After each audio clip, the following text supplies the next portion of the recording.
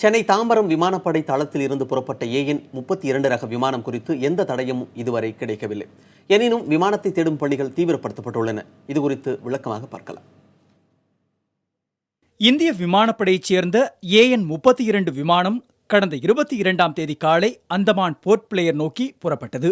காலை 11 மணி அளவில் சென்று சேர வேண்டிய விமானம் அதன் பின் காணாமல் போனது. இதையடுத்து விமானத்தை தேடும் பணிகள் தீவிரப்படுத்தப்பட்டுள்ளன. சென்னையிலிருந்து 151 கடல் மைல் தொலைவில் விமானத்தை தேடும் பணிகள் நடந்து வருகின்றன.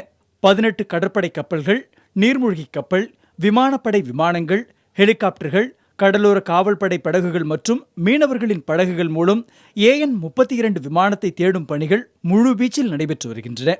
விமானம் விழுந்திருக்கக்கூடும் என்று சந்தேகிக்கப்படும் பகுதியிலும் தேடுதல் தீவிரப்படுத்தப்பட்டுள்ளது.